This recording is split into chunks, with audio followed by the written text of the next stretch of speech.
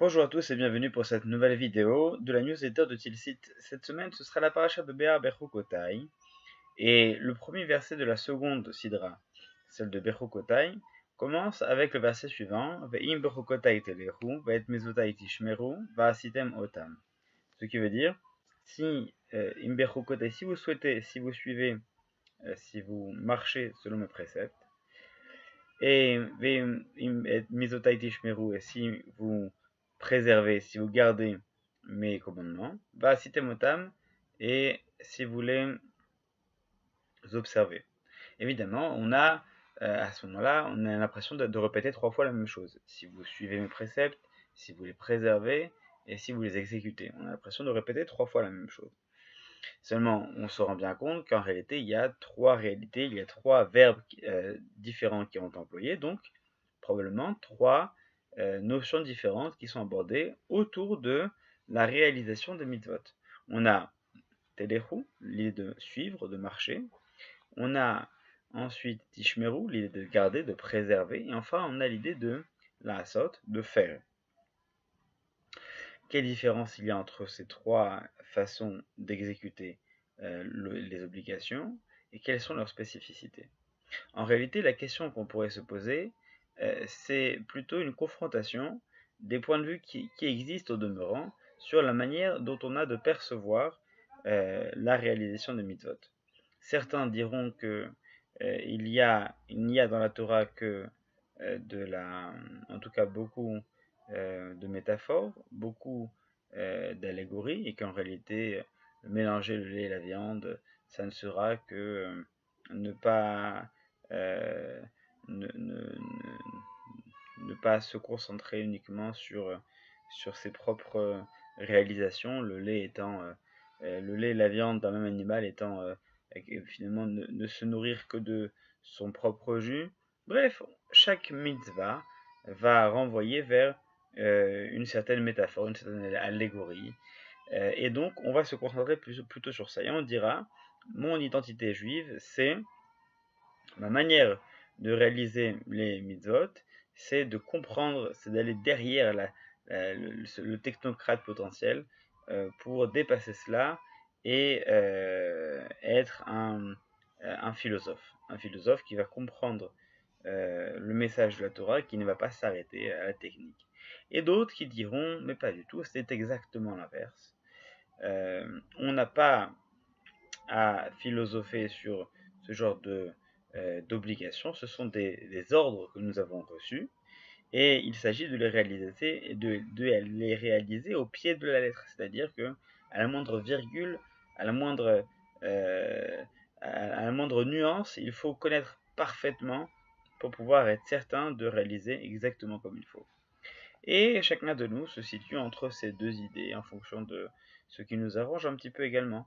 Un coup, ce sera oui, le Shabbat, c'est effectivement important, mais si j'ai un voyage à préparer demain, ben, le Shabbat, il ne m'empêche pas pour autant de préparer mon voyage de demain. Ça a été donné pour pouvoir prendre de la distance par rapport à la semaine, mais dans un cas comme celui-ci, eh bien, ça ne va pas venir m'empêcher de préparer mon voyage de demain. Alors on se situe un petit peu entre les deux. Alors finalement, la question se pose, c'est qu'est-ce qu'on nous demande? D'un côté, on nous demande d'avoir un style de vie. La lechet, c'est marcher, c'est-à-dire une marche de vie, c'est-à-dire un style de vie. Si vous marchez selon mes préceptes, c'est-à-dire si vous organisez votre vie, si mes préceptes deviennent un moyen de vivre, un style de vie. Ensuite, on a l'ishmor, mais il ne s'agit pas seulement de ça, il s'agit aussi de garder, c'est-à-dire de protéger, c'est-à-dire d'apporter soi-même une touche personnelle, c'est-à-dire d'identifier la Torah à sa propre vie. Enfin, va à Sitemotam, et vous les garderez, vous les préserverez. Là, c'est véritablement l'obligation euh, d'obéir à ces commandements.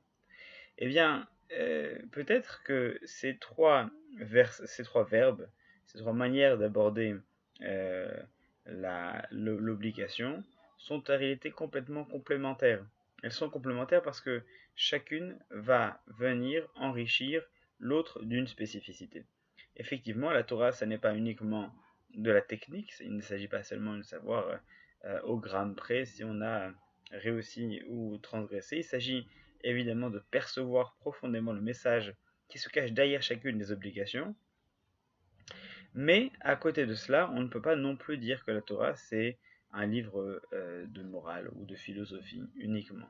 De savoir que on m'engage à respecter certaines obligations pour que mon intellect s'en trouve élevé. Non, il n'y a pas que ça. Il y a aussi, on a un équilibre entre le rituel et, et l'intellectuel. C'est-à-dire qu'on va avoir l'obligation de mener une parfaite harmonie entre, en tout cas, d'atteindre une certaine harmonie entre cette volonté de faire, d'agir, de relier le théorique au concret, de relier le spirituel au physique.